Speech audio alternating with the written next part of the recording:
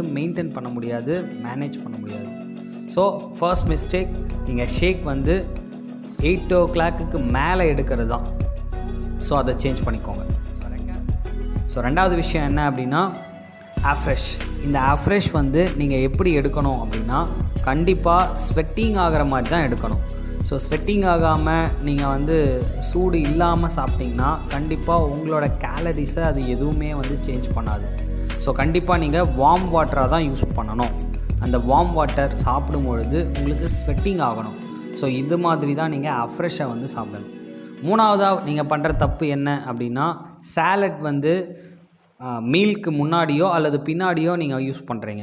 So 10 minutes ஒரு 15 minutes முன்னாடி use பண்ணுறீங்க. அப்படி யூஸ் பண்ணலாம். பட் வெயிட் லாஸ் ஆகலை அப்படின்னா கண்டிப்பாக நீங்கள் எப்படி எடுக்கணும் அப்படின்னா வித் மீலோடு தான் எடுக்கணும். அதாவது நீங்கள் சாப்பிட்டுட்டே இருக்கீங்க, ஷேக்கோ